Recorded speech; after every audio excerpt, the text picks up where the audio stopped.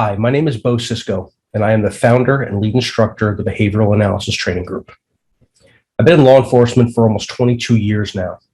And during that time, I got my master's degree in forensic psychology and conduct training for law enforcement in a variety of topics dealing with human behaviors and psychology.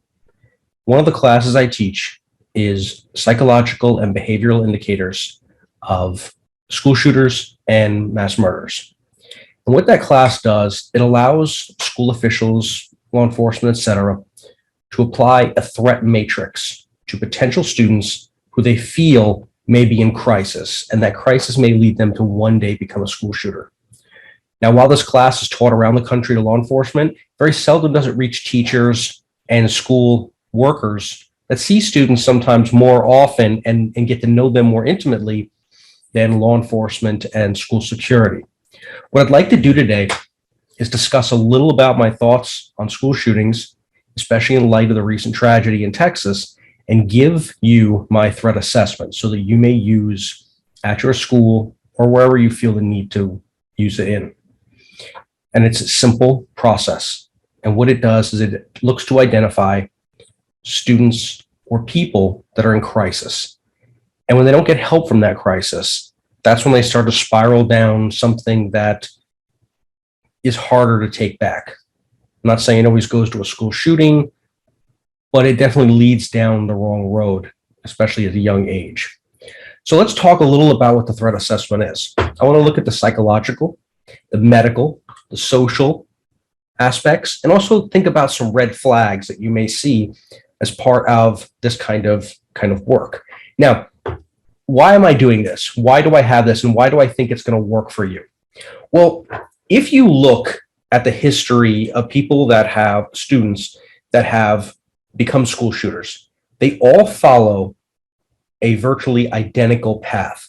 Now, I'm not saying there aren't some outliers out there, but most of them follow, at least from a psychological standpoint, a lot of the same steps. And what I'm looking to do is to show teachers or school officials these steps so that you can identify them close on. Now, that's the good news. The bad news is I've been teaching this for a long time. Many times I will go into a class and I will teach this, especially with teachers, and I will show the attributes that many of these school shooters have. And I will very frequently get teachers telling me, I know this student. I don't know what person you're talking about, but I think I had that person in my class. Or I had a student like that a couple of years ago. And therein lies the problem. They're right. And the attributes I may have been giving at the time were from some actual person who went in and shot up a school. So why is that such a bad thing? Well, the bad thing is schools are peppered with potential school shooters. There are kids in crisis in probably every one of our major schools. Sometimes many kids in crisis. And they just don't make it to a point that drives them to picking up a weapon and enacting some sort of revenge or action against others. Many of them just live a life in crisis, which is equally as bad because we're not seeing it. We're not picking up on it. And now when I give you this threat assessment, many of you may see students that fit this threat assessment that are in crisis and that have potential indicators of becoming school shooters. Now, what do you do with them? Many times schools tell me, well, it's a law enforcement issue. Okay, once they pick up a gun or they commit a crime, it's a law enforcement issue. But a lot of what we're going to see is not criminal.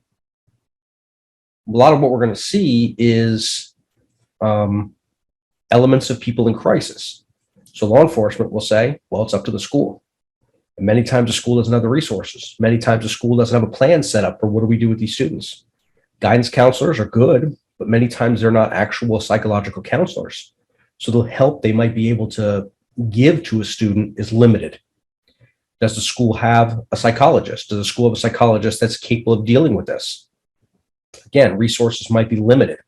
All these things cost money. And to be honest, the rate of school shootings is fairly rare compared to the amount of schools we have. So to keep all of these, to keep psychologists and make plans should we find a student that's in crisis It's a big expense. It's a lot of work. It's a lot of training. It's a lot of moving parts that in many cases get overlooked. We cry for gun control or armed teachers or bigger fences or stronger doors. And those are all great things. Those are all help in the event something happens.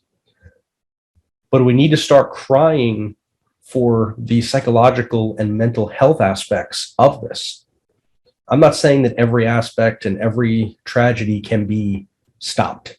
That would be irresponsible. But after you go through this threat assessment, I want you just to ask yourself, can the majority of them be stopped? And is there a better way to do it than grabbing guns or adding guns or taking away fences or putting up more fences? If we just look at some of the core issues that are going on and try and fix them. Okay, let's get started. My threat assessment areas I'd like to deal with are psychological, medical, social, family, and then some red flags. So a lot of the psychological assessments that people are going to deal with, when we look at the psychology of somebody, now, not a lot of people are psychologists. And even though teachers probably have an understanding of it, law enforcement has an understanding of it, it's mostly just the very surface of things. So we want to look at, the knowledge. Do we know this child or this person has some psychological issues? Many times it's not something that's told to us, but in some cases we may know these things. But if we don't know, we want to look for high anxiety, depression, and paranoia. Now, anxiety and depression in a high school setting, a bunch of teenagers going through certain changes in their body and learning how to adapt socially and learn about opposite sex and learn how to make friends. And so there could be a lot of anxiety and depression mixed into all that as well. So, but we're looking for people that exhibit a high amount of anxiety and almost a consistent basis. Now, there are kids that are just high anxiety. A lot of adults are high anxiety as well. But this is the first part we're going to look for. Now, we're also on the opposite of the spectrum. We're going to look for depression. I'm not talking about teenage depression where everyone goes through bits of anxiety, depression, as well as many other things during the teenage years. What I'm looking for is the type of anxiety that makes it hard to function because the person is constantly stressed out over tiny things. Or on the opposite end of that spectrum, depression, where the person, it's affecting their social life, it's affecting their school life, and we don't know where it's coming from. So we're looking for those two opposites that look like they are life-affecting types of mindsets, if you will, or mental states.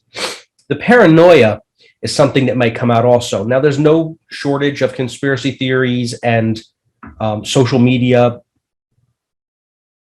issues that go on that might draw out a little bit of paranoia if someone's highly political or dives into some of the conspiracy theories. But we're looking for the aspects of paranoia about people always watching them, people getting too much in their business, things along those lines. So if we get any of those three mixing together, or if we notice those three where it's a dominant personality trait, there's definitely ones we want to look at a little bit more.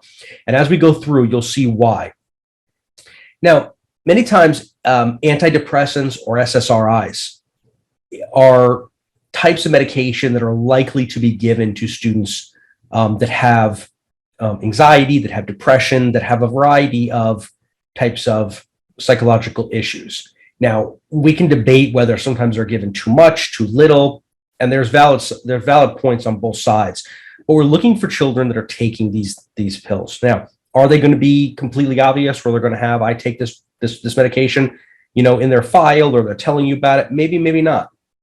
You might know about it. I've talked to a variety of teachers and law enforcement that had good knowledge because of the students' openness that they were taking this, or overheard or knew from school officials they were taking it, or from the people's parents. So you may have more of this information than you realize you're getting. You may also notice certain changes in the behavior that indicate possibly there's medication involved. So we're looking for, if you realize this person is on these medications or suspect, do you feel they're using them properly? Does this person have thoughts or feelings of violence? Are they fixated on violence? Are they involved in certain aspects of violence? Are they getting into shoving matches or fights on campus? Or is the language that they're using hate-filled and full of violence? Now, I'm not talking about the minor little, scuffles kids get in, What I'm talking about is, does it become a trend? Does it become a red flag where you hear it more than more, not just because maybe someone's upset, but does it become an outward expression toward the world and toward those around them? Now, remember, the world may only be family and school at this time. So is that what they're grasping out as? Do they get highly frustrated over minor things? Do they have a hard time bouncing back from these minor frustrations? Now, we all understand that family and schooling takes sometimes is highly frustrating for some kids and for some adults too, but we bounce back. Do these people have a hard time bouncing back? Does a little frustration in the early morning lend to behavioral or psychological or attitude issues the entire day? Do they lash out in ways that maybe are not the healthiest, based on minor frustrations? And this should be something that we look for. There's always been attempts and sometimes mentions of suicide with these people that go this far. Many of them have talked about it. They might have attempts. Maybe the attempts are more cry for help style attempts rather than actual attempt.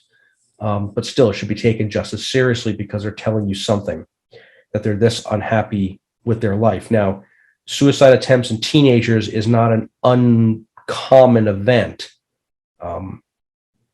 Many times teenagers are going through hormonal changes, or going through psychological changes, or going through developmental changes, and that sometimes suicide attempts are because of their growth at that time and the changes in psychology and the body at the time.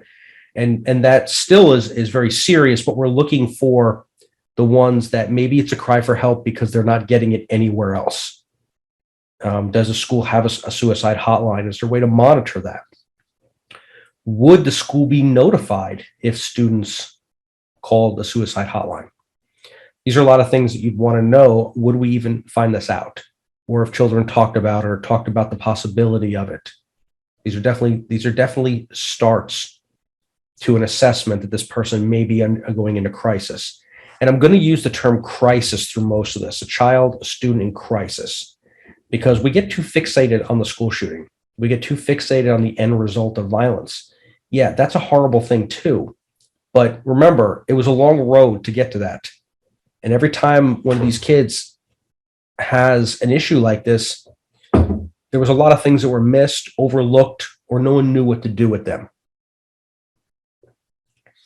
So those are some of the psychological indicators we want to look in for. The next one's going to be a medical assessment. Now, we want to look for obvious health issues. I'm not saying, that kids always sick, but being always sick would be an issue. If someone is constantly having sick days, more so than normal, and maybe with little or no explanation. Does the person have injuries with questionable origins? Are they getting abused at home? Are they getting abused outside the home by other students, by people outside the school, possibly, people that they come in contact with elsewhere?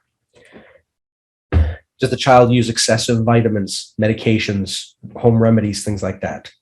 Are they trying to self-medicate? Are they trying to fix these issues before someone notices them, like a parent, like a teacher? So they're trying to hide them. And they're getting the appropriate amount of sleep. Now, appropriate amount of sleep as a teenager, it always seemed to me I never got enough sleep when I was a teenager, and I'm sure I'm not alone saying this, but there's the normal teenage years where you're always seem to be tired because you're staying up late or on your phone or whatnot, than people that are seriously not getting sleep.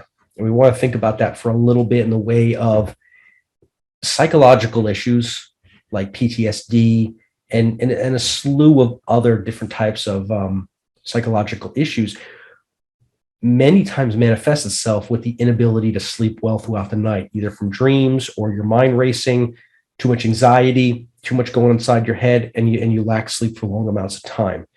This is something we want to think about. The student constantly is saying, I never get any sleep, I never get any sleep, I didn't sleep, they're falling asleep in class, and we're seeing some injuries, and we're seeing some possibly signs of abuse or a history of abuse. Remember, it's not always child abuse. It could be kids being bullied. It could be kids getting in fights in other places, where they work, outside of school. Could be from sports. That would be a little more understandable from sports. If the child's in martial arts or wrestling or football and they're knocked around a little bit, that makes sense. But if they're not into these type of events and they constantly have bruises, it could be an issue. If they're trying to heal them or treat them when someone's not looking or before someone notices, again, other issues here. The amount of sick times, especially unexcused sick times, that means the kids are going out other places for a certain reason. Now we want to get into, that would be the medical assessments here. And we want to get into social assessments now. Now, social assessments, this is where their teachers are probably more likely to shine when it comes to looking at these type of events. Now, what we're looking for is perceptions of social standing with their peers, with their coworkers, with teachers, with supervisors, with anything they deal with. If they're on teams, the coaches, if they have jobs, but mostly maybe what you're going to see is going to be their social standing within the school. How do they feel that their relationship with their teachers is, the school staff and administrators is? And then let's look at peers. And the outward peers, not just students in general. Do they have a lot of close friends? What we're looking for with this is, do they feel that they have an equal standing? Many times what we are going to see is that students feel that their teachers are all out to get them, that no one likes them. The peers, the kids around them at school don't like them. They're ostracized. They're different. They're outcasts. And then their supervisors or bosses, if they have a job, may be the same way in their mind. Now, remember, we're looking at perception. You may see a child that looks like they get along with everyone okay, but if their mind, they feel everyone dislikes them for some reason, it might be because they have a feeling of something that's inside them. So it's not so much your opinion. Listen to what they're saying. School staff, school administrators, other teachers, listen for the signs of hate me, doesn't like me, no one cares about me. They're going to have a genuine feel of being ostracized and everything. They also may feel like they're persecuted, rejected, and bullied by the people in their own peer group. Bullying is a huge common theme with a lot of these kids.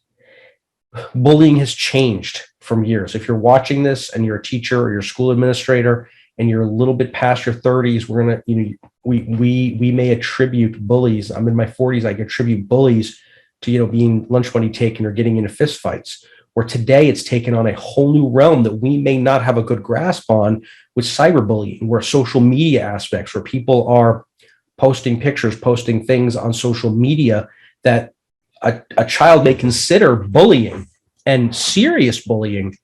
And yet as an adult, we may not quite understand the impacts this have.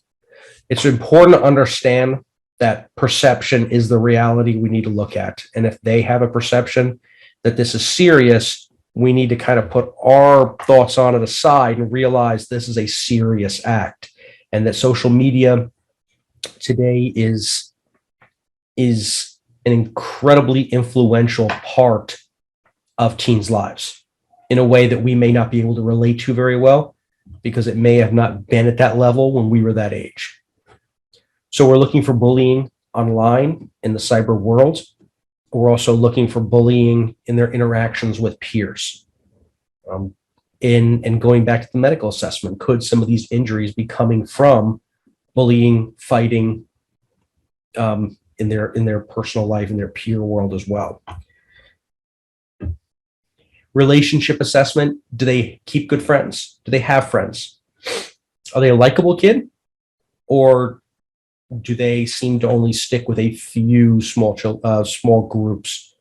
Do they have recent losses in their relationships? Do they lose any of their friends moving away? Did you notice them leaving or getting out of a social circle that might be a little unusual for them? Because we're looking for elements of loss in this. Many times with relationships, is a relationship recently lost? Is a person having a hard time? Are they very frustrated trying to get through this loss, or are they able to work through it? So we want to look for, if we kind of recap, does this person feel a part of the groups, or they feel not a part of the groups? They feel ostracized, bullied, rejected, and can they hold relationships, both friendship and romantic? This is the time in people's lives that people are looking for that, developing their social skills, not only with opposite sex, romantic relationships, could be same sex, but also too friendships as well. And this is time where a lot of it is truth. A lot of it is trial and error, and we're looking, can they recover from the errors in establishing these types of relationships, or does it seem to be something that has life altering impacts of depression, anxiety, paranoia, possibly bullying, possibly withdrawing socially from the groups because they feel they're not good enough, things like that. They start lashing out. Are there themes of violence on their social media, on their books, their art, their drawings, their doodles, their clothing? Does it scream out that frustration with radical changes, body mutilation, little scars, cutting, possibly even tattoos nowadays? Or do they seem to bounce back enough? We're looking for the kids that are having a tough time bouncing back. They withdraw, or they let the world know, I'm angry, I'm different, and I'm withdrawing a bit. We're also looking, do they resort to violence as entertainment?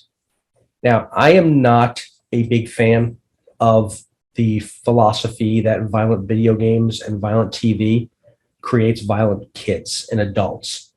I see the correlation, but I think there's a lot more to it than that. Now, but what violence on entertainment, such as video games, horror movies, even violent pornography, things like that, people view it for a reason. Sometimes it's a way to live vicariously and get out certain frustrations, watching people get hurt in horror movies or through themes of violence. It could be something that people do, and it never affects them. It never affects their social. It never affects, they would do these things to other people. Other people, they look at it, they like it, they enjoy it a little too much, and it becomes a central theme.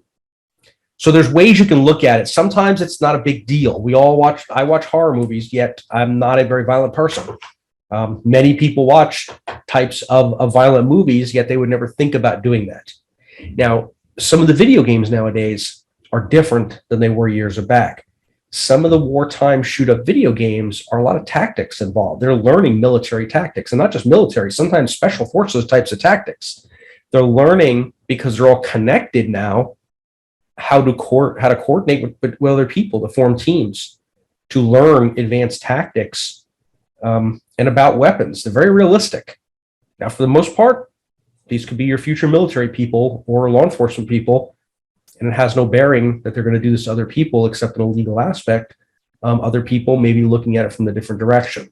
So you want to just be aware of how this person is utilizing aspects of violence. Is it entertainment, and is it entertainment cross an unhealthy barrier? And I don't think that would be a hard thing to figure out. Some people enjoy it. Other people are going to enjoy it too much, and it becomes a different aspect for them. And then we look at their friendships. And I know we talked about earlier about having issues socially, feeling people are against them. Most people have at least one friend. Most people have a few friends. Very few people have no friends. Obviously, if they have no friends, there's an issue, a big issue. But most of the time, these kids have one or two friends. Are those friends helping them along with this, or are those friends building it? So when the child is upset, depressed, full of anxiety, is that friend good or bad for that situation?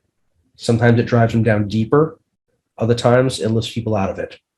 If they're surrounded by selves of people that echo chamber the negative aspects of their life, now that might be an issue that you want to look into, because now they're getting positive reinforcement for the types of behaviors they're being involved in. And this person might be feeding on the fact, yeah, the teachers really don't like you. The other kids don't like you. Girls, boys, athletes, whatever, they don't like you. No one likes you. And this person might be just building that in. So now it's getting progressively worse than just someone thinking that way. it's growing. Now, school might be a lot of problems for them, but let's look at the family assessment now. What's going on in their family? Do they have a history of physical or sexual abuse in the family? Is the parent present and supportive? Now, many of these kids did have a history of violence in their family or abuse in their family. And many of the times the family wasn't very supportive. Lots of cases, schools, law enforcement, counselors went to the teachers and said, "Hey, we have issues here. The kid's doing this, your child's doing this," and the parents were apathetic. They didn't. It's not they didn't care. They just didn't act on it. And maybe they didn't care, but a lot of times they just didn't act on it, and they weren't very supportive. And there really was no positive family role models in the house. So the child's drowning essence socially in school.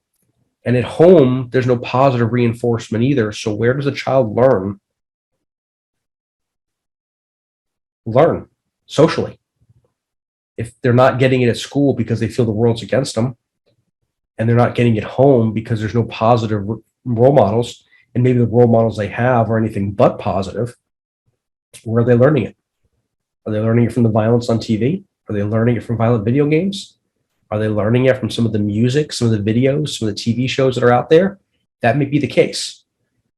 And that's likely to be an incredibly frustrating thing for a child, for anybody, if that's where you're learning your social manners, your how you act around other people is where you're learning. And you're not learning it from people, you're learning it from other things. So if the family's not supportive, if there's no positive role models, is there intimacy in the family? Do they care? Do they love the child? There is a school shooter, and I purposely don't mention names in my classes because I don't want to give them any fame or fortune that they didn't have before. But there was one that said he was never hugged by his family in his whole life, never hugged. That shows a little more about the family than just never being hugged.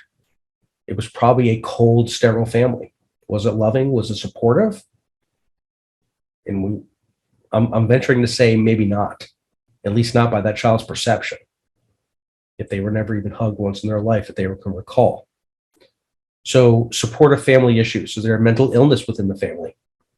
This right here, the child may not be diagnosed with the same mental illness, but would it have affected the upbringing and instilled certain things in the upbringing that may be coming out now? As far as views of the world, views of other people, there could be a lot of issues right there. So these are all things about the family we want to know. We don't all have the perfect mother and father waiting at home to handle all the issues that you bring to them as a school official, saying, "Hey, we have problems with this child. You might need to deal with them."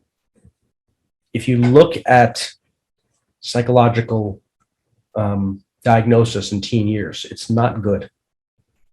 There's a couple different views out there as far as what we're looking at with kids, and say only about 25% of them are diagnosed with some sort of mental illness. 25% that have a mental illness. And they say it's 1 in 10 kids may have a mental illness at some point. So I know those are loose numbers and there's interpretation there, but those are low numbers. And a lot of it probably has to do with how kids act during the times in the teen years, that maybe mental illness is a little bit elusive. Maybe it's parents just thinking it's a phase. Maybe teachers thinking it's a phase. Maybe it's a lot of people just not looking. Or when they do, they're given medication, but medication is like anything else. You can take painkillers when you get hurt, but if you're not exercising and medicating and fixing what was hurt to begin with, what are painkillers doing? It's prolonging when the injury's still there. If students are getting psychological medication but not doing the counseling that goes with it to help them through that spot in their life, are they getting better? Is the medication working? Is someone watching? Is that medication working? These are some of the issues that come up. So I'm going to recap a little bit about what we just talked about. from the threat assessment areas before we jump into something what's called red flags. We're looking at the child's psychology. Are they on psychological medications? Do they experience anxiety, depression, and paranoia? These are the three things we definitely want to look for. Do they have a history of this? Do they have trouble getting through common frustrations for their age? Are they able to be frustrated by something and bounce back, or is it something they're incapable of getting past? Is there mentions or attempts of suicide? Kid wants out. Are there sayings that they have, like the world might be better off without me? Well, who really cares anyway? Things along those lines to let them know that suicide is something that bounces around inside their head. So these are some of the psychological aspects you want to look for. Now we look at medical assessments.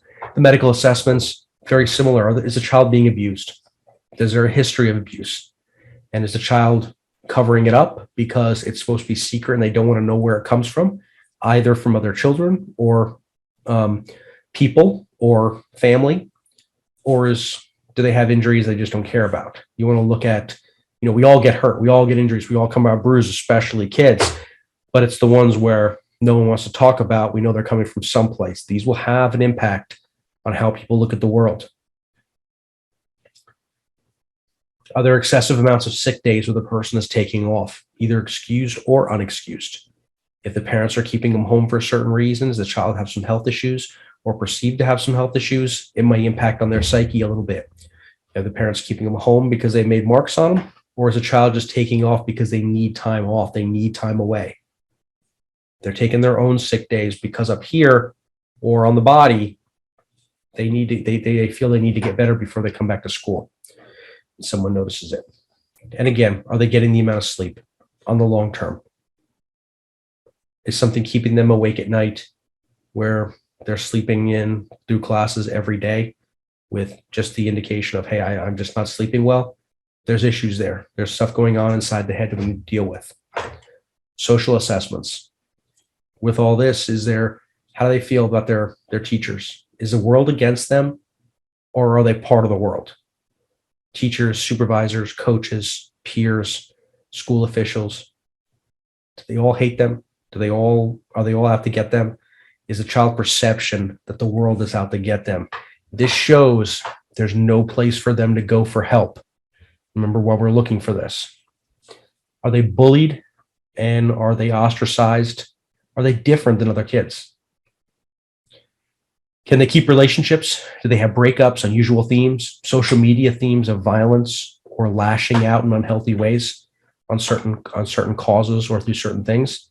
And do they use violence as entertainment in a way that's a little bit more than just watching your scary movie?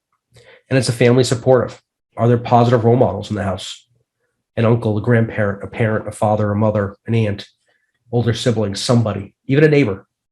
Is there a positive role model in the kid's life? Do they have someone they can talk to? And is it a loving family, or is it a cold and sterile family? So these are the things we want to look at. Now, why do we look at these? Before we get into the red flags, why do we look for these? Because this is what kind of brings kids to that point that they turn into something different. They go into crisis mode. This is the path that brings them to crisis. And once they go into crisis, because the world is against them, if you look at some of the aspects of this, it shows the kid has issues in his mind. There's things going around and they feel the world's against them. So who do they lash out for help? They don't feel they can go to teachers. They don't feel they can go to administrators. They don't feel they can go to a boss. They don't feel they can go to the students around them. Do they have friends enough to even go talk to and say, hey, I'm having some problems? Because if they feel all those doors are closed to them, now what do they have to do to work through those problems? Let's skip over to the family assessment. They're having these problems. Do they have a mom, a dad, an aunt, uncle, an older sibling to go talk to try and work these problems out? In many of these kids, we find out that there was nobody. So what did they do? They lashed out on social media. They looked at violence on video games, on movies, on pornography. That's where their outlet went to. we can all see where this might be going through. They might have tried medication. The medication may be working, it may not be working. Chances are, if they're still having these issues, the medication needs to be adjusted. There are indications that small amounts of people on these medications sometimes do have more thoughts of violence than should be. That's not common, but it happens. So maybe these medications are spurring on violent thoughts, and now there's nowhere for them to vent them to. They may not be going to counselors. They may be attempting suicide because they can't get anywhere in life. Now their life's only as a teenager, but they're not getting anywhere in their life. They don't feel they have anything. Family, no friends, no support at school, no support outside of school. Where are they going to go? Now this is going to breed problems. This is going to breed the thoughts of violence, because people during this time are probably more likely to start going toward the vengeance. They're going to get mad. They're going to get angry. And what are they willing to do at that point? How long is it going to fester? Now, these are the things that sometimes many students say, or teachers say, I know a student just like this. I've known many students like this over my whole career, but they never went to school shooting. Or I have one right now. They haven't yet. These are the things we need to look at. This is the path that brings a student into crisis, is what they're going to do when they get to crisis. Now, sometimes they go down this road, but they graduate, or they drop out, or they go somewhere else. And the situation becomes better. They graduate and they go away to college. They join the military. They get their own job. They get their own apartment. Now they're in a different realm. And these things may not be issues anymore, because now they're free to do what they want, and they may become normal, fully functioning members of society. They may not. But they're outside of schools where the chances are likely or unlikely to go in this direction. So many times they never get too far into crisis to become school shooters, but they're down that road. Now, what sets them off? We have a lot of students in our schools that are basically, I just told you all about them for the last 20 minutes. So what brings them to that certain point? Many times, there's a few things that may bring them to the end, and the end could be the loss of a family or friend or pet, or something that was holding them to something when they had nowhere else in the world to go. They had this pet, they had this grandparent, they had this neighbor, they had this one friend that was kind of holding everything together. And maybe that person goes away. Maybe that person passes away. They move away. They break up with a romantic relationship, and that was the one thing holding them together. So now what do they have? They didn't have much else to begin with to vent to, and they lost the one thing that's helping them. Now is when you could see a more focused spiral down. You might see themes of violence in their art, in their writing, in their dress, in their social media, lashing out, the anger coming out, more argumentative around. You might see a sudden withdrawal, a huge withdrawal from social circles, from jobs, from family, from work, from clubs they may be involved in, where they are completely now withdrawing. And why would this be? This might be the withdrawing they need, because they are distancing themselves because they know what's coming, or they're thinking of these things.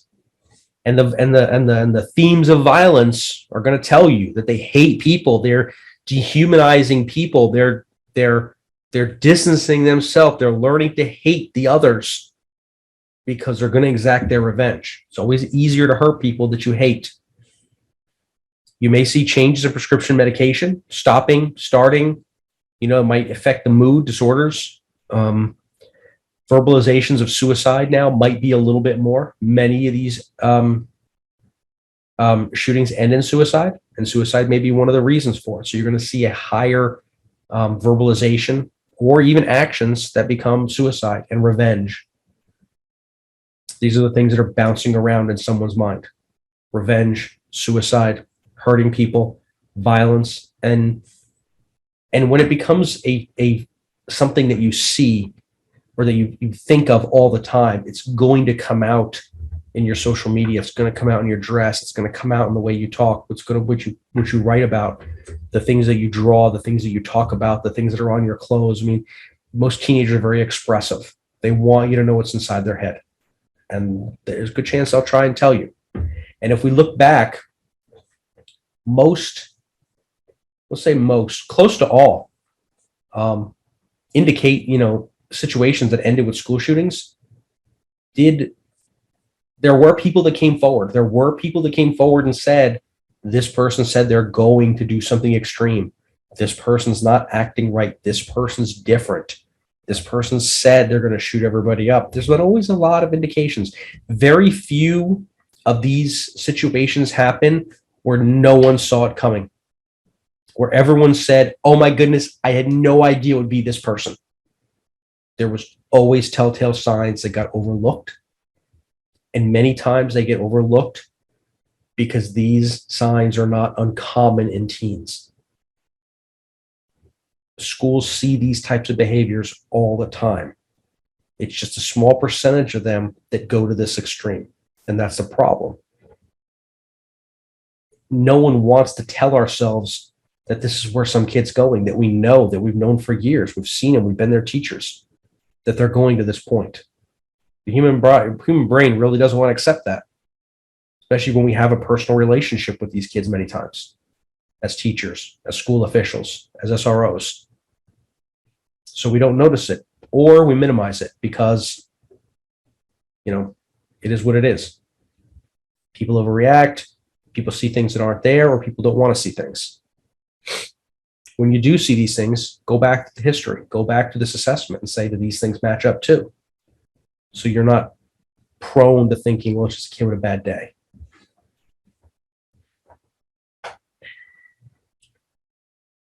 We talk about access to weapons. I view that pretty low in this type of thing, in this type of assessment. Yeah, obviously access to weapons is important because when they go bad, many of these kids had fixations with weapons, as many kids do. They have access to weapons, which is not uncommon either. I just look at it as it's a slippery slope to think, oh, well, they have access to weapons. I had access to weapons coming from a law enforcement family. It didn't matter. My kids have access to weapons. I'm in law enforcement. I make reasonable precautions, as most people do, to keep weapons out of their hands, but it's hard to keep weapons out of a teenage kid's hands if they really want them. More so than like a 5 or 6 year old.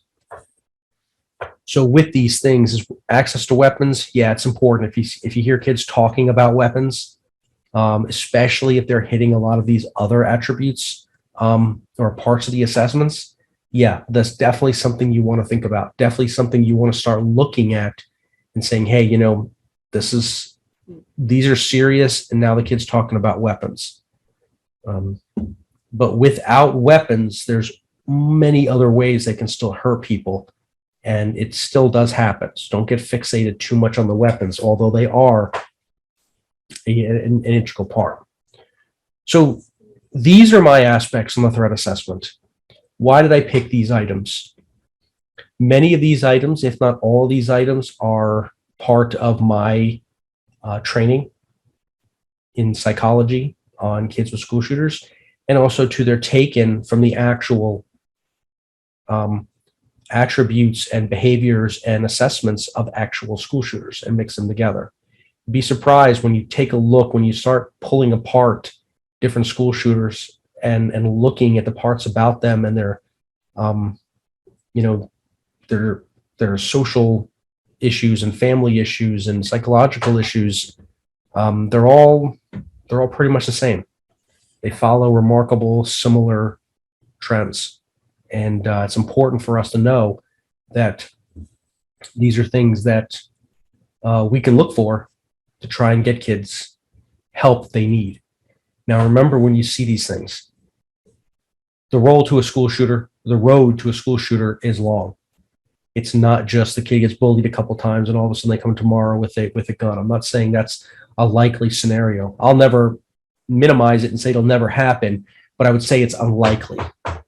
What you're looking for is a child that's spinning out of control.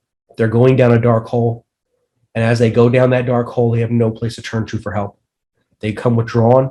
They think the world's against them. The world hates them. No one wants them. I can't go to my school. I can't go to my family. I don't have friends.